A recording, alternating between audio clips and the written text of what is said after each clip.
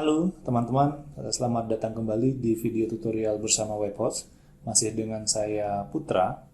Nah, dalam video kali ini saya akan melanjutkan eh, video sebelumnya, yaitu mengenai CSS responsive. Oke, di materi sebelumnya, di video sebelumnya, kita sudah belajar bagaimana membedakan style antara resolusi yang lebih besar dengan resolusi yang lebih kecil, misalnya untuk resolusi smartphone. Nah, kali ini kita akan membuat layout sederhana saja. Kita akan membuat layout responsif, di mana untuk percobaan kali ini, pada resolusi desktop atau resolusi yang lebih besar, kita akan membuat 2 kolom. Dan pada resolusi mobile, kita akan jadikan 2 kolom itu 1 kolom atas dan bawah gitu. Oke, langsung saja. Di sini saya sudah menyiapkan satu file HTML yaitu layout dan CSS dan satu file HTML layout.html dan satu file CSS yaitu layout dan CSS dengan struktur HTML5-nya sudah saya panggil, kemudian CSS-nya juga sudah saya koneksikan. Nah, langsung saja saya akan buatkan 2 div, di mana kalau di HTML kolom-kolom itu atau layout biasanya dibuat menggunakan div. Contoh seperti div, kemudian div kedua, div. Oke. Nah, 2 div ini saya akan panggilkan kelas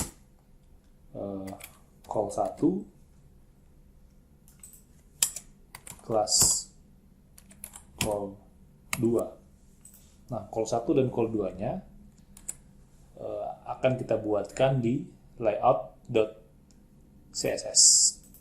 Oke, nah di CSS-nya juga sudah saya siapkan media screen untuk resolusi smartphone-nya. Oke, pertama kita siapkan dulu layout kolomnya di resolusi desktop, berarti di atasnya atau di luar dari media screen. Oke. Yang pertama kelas call1 tadi.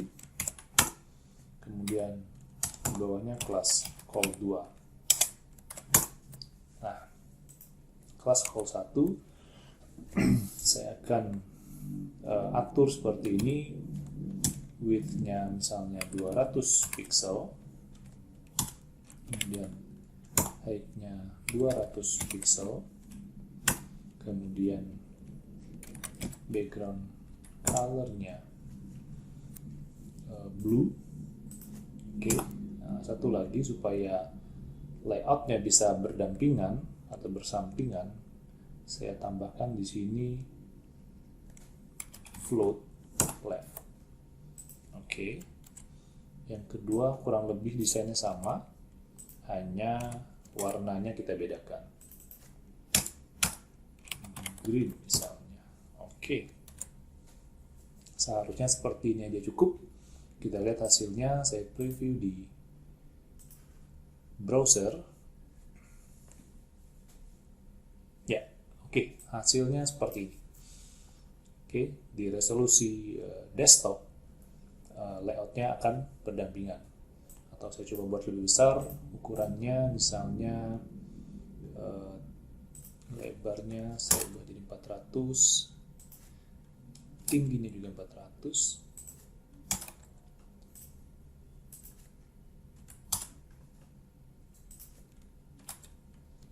Oke, ya, lebih besar ya. Nah, sekarang kita akan atur bagaimana supaya ketika dibuka di browser mobile atau kalau kita resize di sini, nah kalau ini sih sudah otomatis turun sendiri dia, tapi nanti implementasi di website realnya dia akan stay seperti itu. Oke, misalnya mereka saya masukkan lagi ke dalam satu kolom. Nah, nanti implementasi sebenarnya ketika sudah membangun website akan seperti ini. Oke. Misalnya seperti ini saya buat kelas wrapper. Nah, mereka dibungkus di dalam satu div lagi dengan kelas wrapper, atau penamaan kelas biasanya bebas. Saya buat kelas wrapper di sini. Kelas wrapper.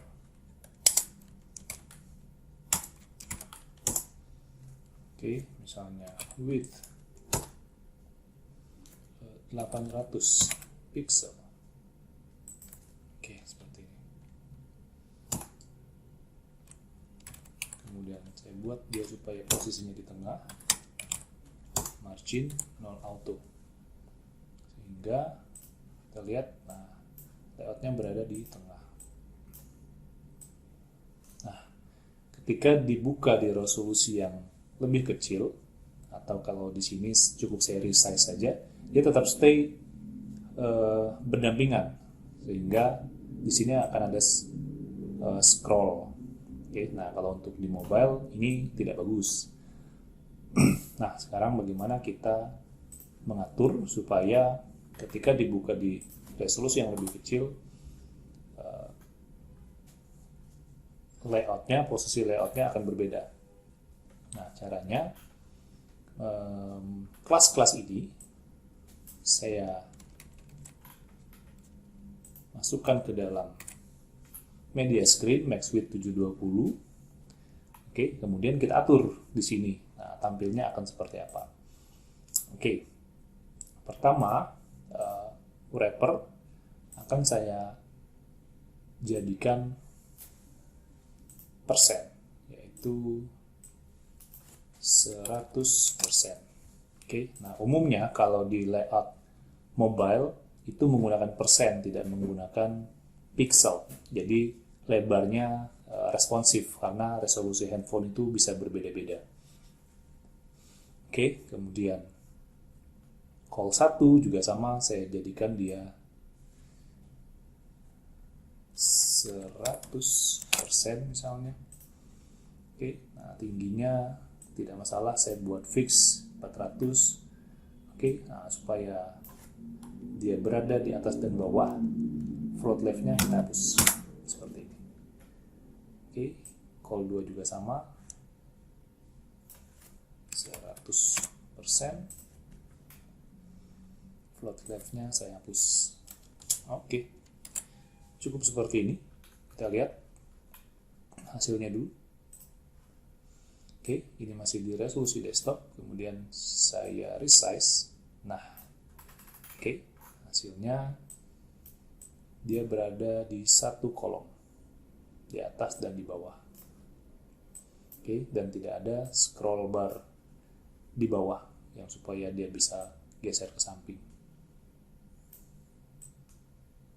Oke, nah seperti ini dasarnya untuk membuat layout responsif. Oke, videonya cukup sampai di sini dulu. Kita akan lanjutkan lagi di video berikutnya untuk materi yang lebih advance atau lebih detail. Oke, terima kasih.